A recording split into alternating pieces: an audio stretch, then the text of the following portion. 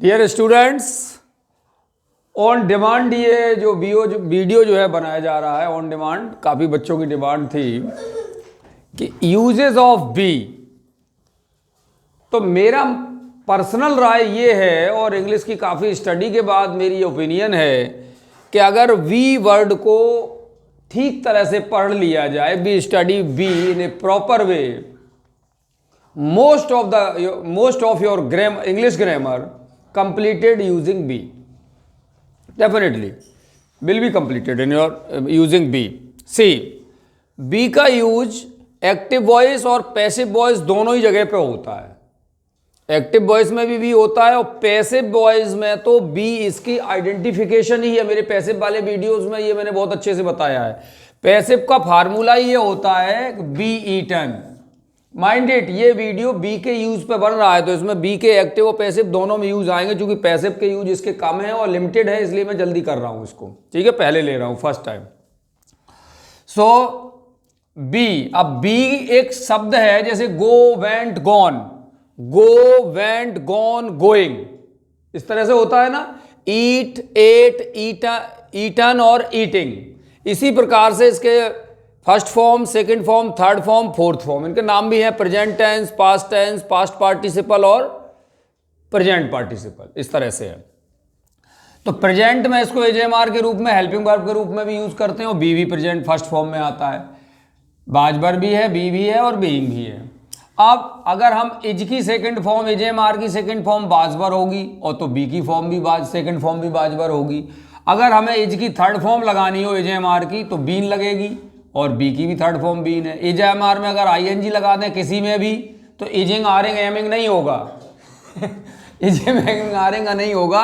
एजेएमआर में अगर आईएनजी हम ऐड करते हैं तो क्या हो जाएगा, बीइंग हो जाएगा। ये समझ लीजिए इस तरह से। चलिए, इसी प्रकार से बाजबर की फर्स्ट फॉर्म बी और एजेएमआर होगी, बीन की फर्स्ट फॉर्म बी और एजेएमआर होगी। बीइंग में से आईएनजी हटाओगे तो बी भी हो सकता है, एजेएमआर भी हो सकता है, अकॉर्डिंग टू द सिचुएशन। वो क्या है हम अभी देखते हैं।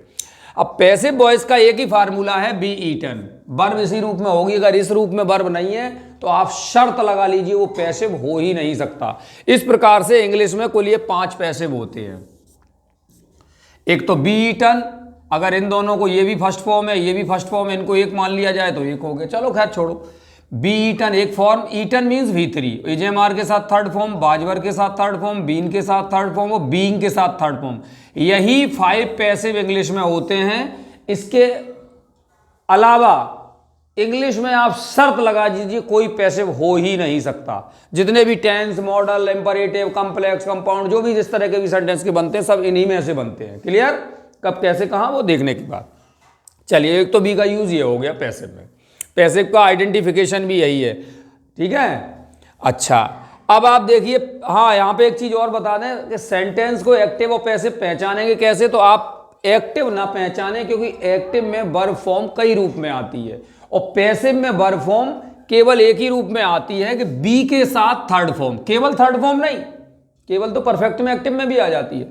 बी के साथ थर्ड फॉर्म आती है और ये एक्टिव में किसी भी जगह पर नहीं आती और पैसिव में हमेशा आती है। पैसिव को कभी भी बाई और एजेंट के साथ, कर्ता के साथ ना पहचाने, बाई करके। ठीक है, ठीक है ना, क्योंकि बाई अन्य कारणों से भी आ जाता है। अब इधर देखिए, कभी बाई होता भी नहीं है तो बी के साथ में। चलिए, अब एक्टिव में इसका यूज मेन वर्ब और हेल्पिंग वर्ब दो तरह से होता है। किसके रूप में?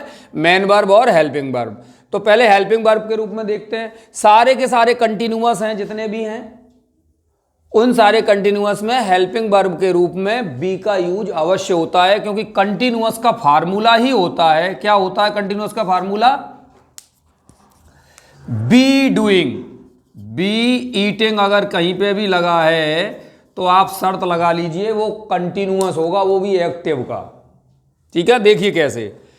प्रेजेंट कंटिन्यूअस में एजेएमआर ईटिंग तो बी ईटिंग आ गया। पास्ट कंटिन्यूअस में सेकंड फॉर्म हो गई तो बाजबर ईटिंग तो भी ईटिंग हो गया। फ्यूचर कंटिन्यूअस में विल बी या सेल बी ईटिंग तो भी ईटिंग आ गया यहाँ पे।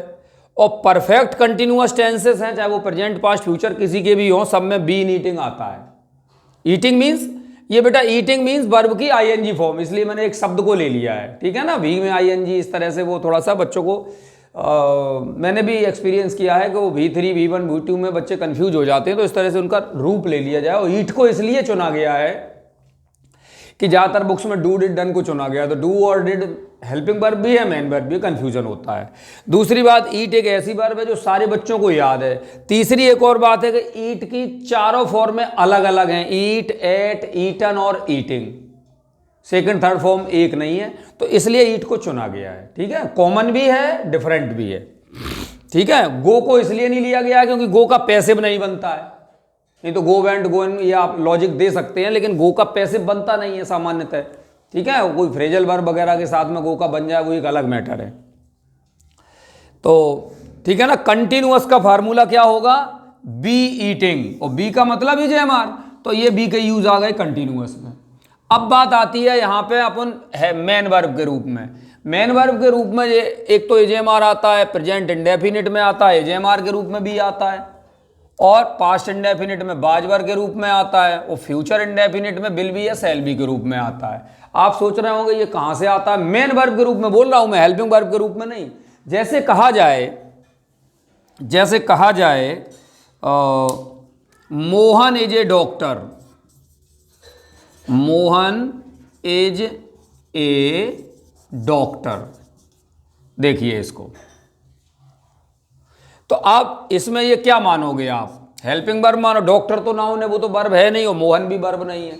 अब इसको आप क्या मानेंगे, मेन वर्ब ही मानना पड़ेगा। और सेंटेंस किसका माना जाएगा, प्रेजेंट इंडेफिनिट कह लो चाहे प्रेजेंट सिंपल कह लो, एक ही बात है। अब ऐसी स्थिति में बी के कार्य क्या है, जब बी मेन वर्ब बनता है तो इसके कार्य क्या क्या हो जाते हैं। एक तो ये डॉक्टर यहाँ पे कॉम्प्लीमेंट है, ऑब्जेक्ट नहीं है। अच्छा, ऑब्जेक्ट और कॉम्प्लीमेंट में तुम्हें डिफरेंस समझना है, क्योंकि जितनी भी किताबें हैं, चाहे ऑक्सफोर्ड हो, चाहे कैम्ब्रिज हो, चाहे कोई यहाँ पे लोकल जो अपनी किताबें छपती है उनमें से कोई हो, उनमें सब कॉम्प्लीमेंट और ऑब्जेक्ट के रूप में डिफरेंस प्रैक्टिकली नहीं दिया, उन्होंने थ्योरेटिकली दिया है। और थ्योरेटिकली जो डिफरेंस आता है वो प्रैक्टिकल पे पूरी तरह से लागू नहीं होता, बच्चे कंफ्यूज रहते हैं। तो इसमें हमारा कॉम्प्लीमेंट और ऑब्जेक्ट में डिफरेंशिएट करने के लिए, अंतर करने के लिए, क्लियर कट पहचानने के लिए एक वीडियो है, उसकी लिंक इस वीडियो में आपको मिल जाएगी। क्लियर, उसको देख लेना, तो उसमें क्लियर हो जाएगा आपका। तो देखिए, मोहन इज ए डॉक्टर। अब यहां पे देखो, इज किसका काम कर रहा है, पहला काम तो ये इक्वल का कर रहा है कि मोहन है वही डॉक्टर है, मोहन कोई अलग व्यक्ति नहीं है। दूसरी बात, इसमें कोई कार्य भी नहीं है, there is no work, Mohan is a doctor, Mohan doctor है। ये नहीं कहा जा रहा कि मोहन किसी मरीज का इलाज कर रहा, no, Mohan is a doctor. जैसे I am a teacher, for example, I am a teacher, अगर मैं टीच नहीं कर रहा हूं तब भी मैं टीचर हूं। मीन्स अभी मैं टीच कर रहा हूं आपको वीडियो में, उसके बाद में जब मैं बैठा खाना खा रहा हूं तो कोई पूछेगा कि हु आर यू, तो मैं यही कहूंगा I am a teacher. What do you do, तब भी मैं यही कहूंगा I am a teacher, I teach. Clear. तो इसमें जो है ये इज जो है नो वर्क की कंडीशन को बताता है, और सब्जेक्ट और इज बी के बाद ये इज क्या है, बी ही तो है, तो ये बी के सब्जेक्ट और बी के बाद आने वाला वर्ड जो है एक ही चीज की ओर इशारा करते हैं। जैसे this is a pen, this और ए पेन एक ही चीज हो गई ना, इस तरह से ये है। मीन्स इज को जब मेन वर्ब के रूप में प्रयोग करते हैं तो इसके बाद में ऑब्जेक्ट नहीं आता, पहली चीज ये कंप्लीमेंट ही आएगा, ध्यान रखना। ठीक है, और वैसे भी ये इंट्रांजिटिव वर्ब कही जाती है। भी कैसी वर्ब कही जाती है, इंट्रांजिटिव, इसीलिए कही जाती है, समझ लीजिए। अच्छा, ऑब्जेक्ट जो होता है, थोड़ी सी हिंट ले लीजिए, ऑब्जेक्ट जो होता है यहाँ पे ये वर्ब के बाद, वो सब्जेक्ट से बिल्कुल अलग होता है, सब्जेक्ट को इंडिकेट नहीं करता। जैसे आई टीच यू, तो यू अलग हो गया, मैं अलग हो गया, तो टीच ने दोनों को सेपरेट किया, तो यू ऑब्जेक्ट हो जाएगा। और जब कहूंगा दिस इज ए पेन, तो दिस और पेन एक ही बात। खैर, तो ये इंडेफिनिट में समझा आपने। इसी के बाद में ये परफेक्ट टेंसेस में बीन भी आ जाता है। आप सोचोगे कैसे, जैसे मैं इसको कभी कहूं, इसी सेंटेंस को कहूं कि चेंज इनटू परफेक्ट टेंस, इसको, तो परफेक्ट टेंस के लिए क्या करते हैं, सबसे पहले मोहन, मोहन के साथ में हैज लगा दीजिए, चलो प्रेजेंट में बदलते हैं, प्रेजेंट परफेक्ट में, और जो यहां वर्ब है उसकी थर्ड फॉर्म लगाइए। तो इसकी थर्ड फॉर्म क्या होगी, देखिए, बी की थर्ड फॉर्म बीन है, तो एजेएमआर की थर्ड फॉर्म भी बीन ही होगी। तो क्या बन जाएगा, हैज बीन ए डॉक्टर। इसमें भी ये मेन वर्ब आ गया, यहां पे भी काम नहीं बता रहा, इसका अर्थ क्या हो जाएगा, मोहन एक डॉक्टर रहा है। अब रहा है, आप सोचोगे रहा तो आईएनजी के लिए आता है, तो आईएनजी लगाओगे किसमें जब यहां कोई वर्ब ही नहीं है। मोहन डॉक्टर रहा है, डॉक्टरिंग तो करोगे नहीं। यहां कोई काम करने वाली, वर्क को एक्शन करने वाली कोई वर्ब ही नहीं है, आईएनजी लगाओगे किसमें। इस तरह से हम हिंदी के सेंटेंस में भी पकड़ लेते हैं कि ये बीन परफेक्ट वाली है। समझ में आई बात।